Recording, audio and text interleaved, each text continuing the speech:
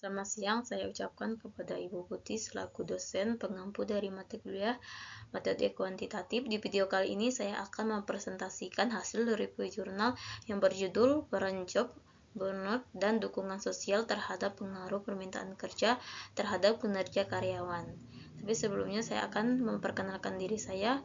Perkenalkan, nama saya Priska Indri dengan NIM 221041774446, kelas M4 Manajemen.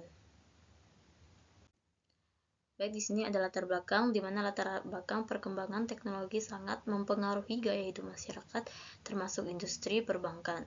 Lanskap perbankan telah mengalami banyak tahapan perkembangan, namun tugasnya tetap sama, mengumpulkan dan menyalurkan dana. Kemajuan teknologi menuntut perbankan untuk terus berinovasi dengan tetap mengikuti tren yang ada agar tetap kompetitif. Kini dunia perbankan memasuki era perbankan 4.0. Di era ini, dunia perbankan dihadapkan pada kemunculan finansial teknologi yang operasionalnya semakin meluas. Jumlah finansial teknologi semakin meningkat di Indonesia. Jumlah finansial teknologi skala tertutup lokal mencapai 164 finansial teknologi atau Otoritas Jasa Keuangan 2019.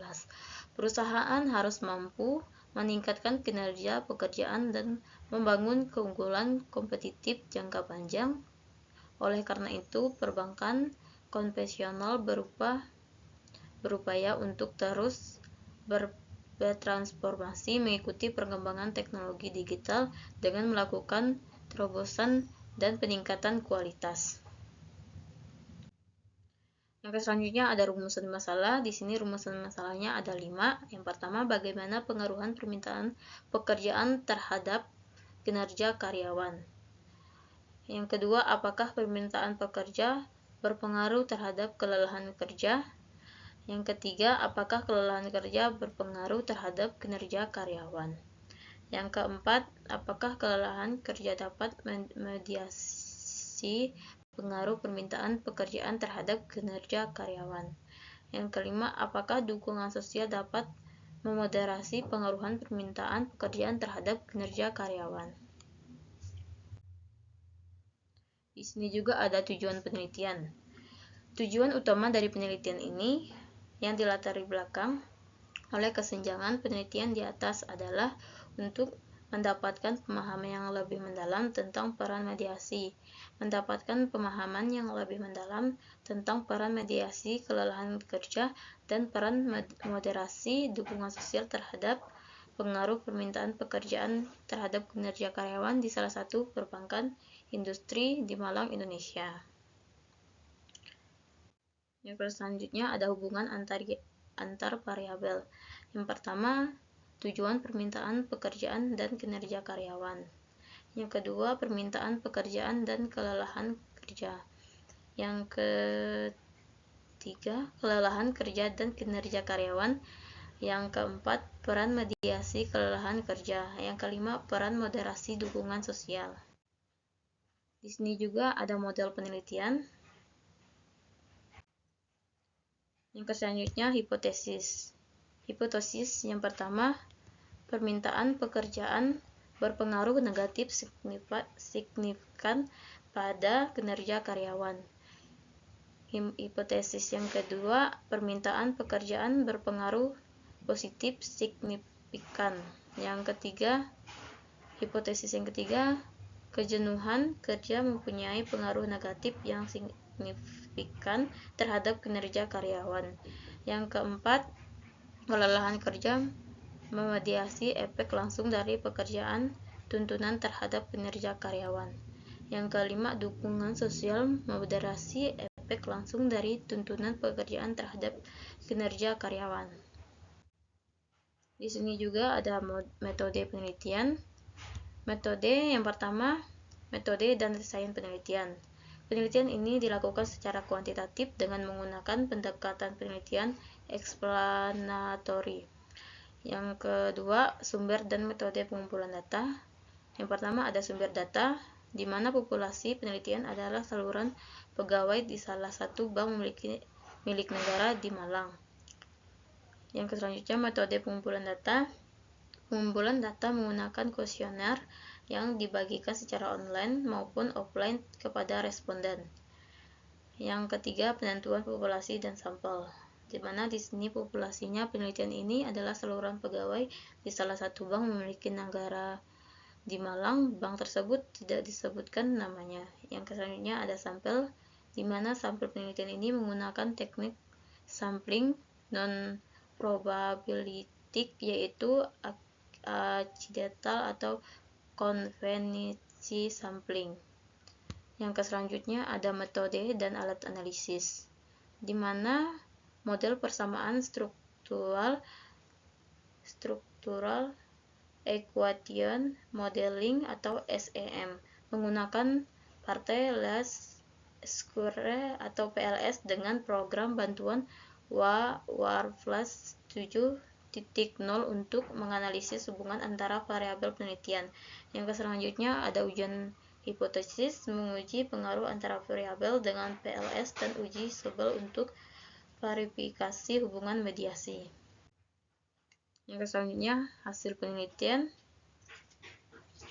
Yang pertama, tabel 1 menunjukkan bahwa skala besaran dan kesesuaian statistik dapat diterima nilai aggregate variance excitation atau AP saluran variabel laten memenuhi kriteria yang telah ditentukan secara berurutan.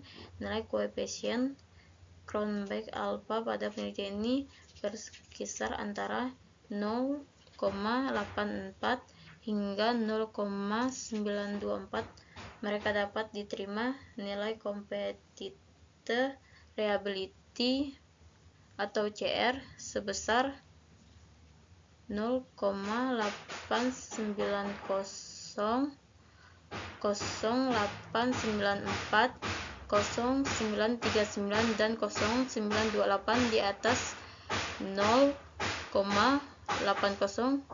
Dapat disimpulkan bahwa semua konstruk dapat diandalkan berdasarkan reliabilitas komposit dan alpha Cronbach. Nilai R square variabel kinerja karyawan dari model penelitian sebesar 0,190. Persamaan berikut menilai goodness of fit atau GOF penelitian ini PV kali R2 ACOM atau 0,548 kali 0,180 sama dengan 0,314. 0,314 menunjukkan bahwa model tersebut memiliki nilai relevansi prediktif yang besar terhadap kinerja karyawan yang dijelaskan oleh permintaan pekerjaan, kelelahan kerja, dan dukungan sosial.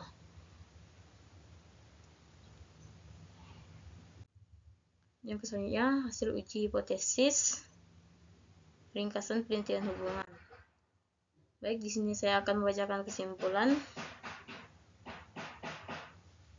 Memberikan kinerja terbaik dalam pekerjaan merupakan suatu keharusan bagi karyawan, namun di tengah tuntunan untuk terus memberikan kinerja terbaiknya, pegawai menghadapi berbagai situasi dan tuntunan lain yang harus mereka penuhi. Tuntunan kerja merupakan suatu tuntunan yang harus dihadapi oleh pegawai pada saat pekerjaan.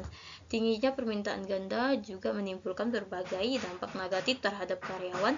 Penelitian ini menunjukkan bahwa pegawai dihadapkan pada tuntunan pekerjaan yang tinggi yang tidak dikelola dengan baik oleh pegawai akan berdampak langsung pada tingginya job burnout dan menurunnya kinerja pegawai yang bersangkutan. Di sini juga ada kontribusi penelitian, di mana kontribusi penelitian memiliki 3. Yang pertama, memperluaskan pemahaman tentang pengaruh permintaan pekerjaan terhadap kinerja karyawan dengan melibatkan peran mediasi, kelelahan kerja, dan moderasi dukungan. Yang kedua, memberikan bukti empiris mengenai pengaruh permintaan pekerjaan terhadap kelelahan kerja dan kinerja karyawan pada konteks perbankan di Indonesia. Yang ketiga, menentukan bahwa kelelahan kerja tidak berperan sebagai mediator pengaruh permintaan pekerjaan terhadap kinerja karyawan. Keterbatasan penelitian. Keterbatasan penelitian ada 3 keterbatasan. Yang pertama, sampel penelitian relatif kecil, hanya 131 responden sehingga kurang mampu merepresentasikan populasi yang besar. Yang kedua, model penelitian hanya menguji peran mediator dan moderator, tapi belum menguji variabel lain seperti karakteristik individu. Yang ketiga, ada analisis data menggunakan PLS yang lebih fokus pada prediksi, bukan konfirmasi teori seperti SEM atau ML. Baik, sekian pembahasan dari saya mengenai artikel saya. Saya ucapkan terima kasih.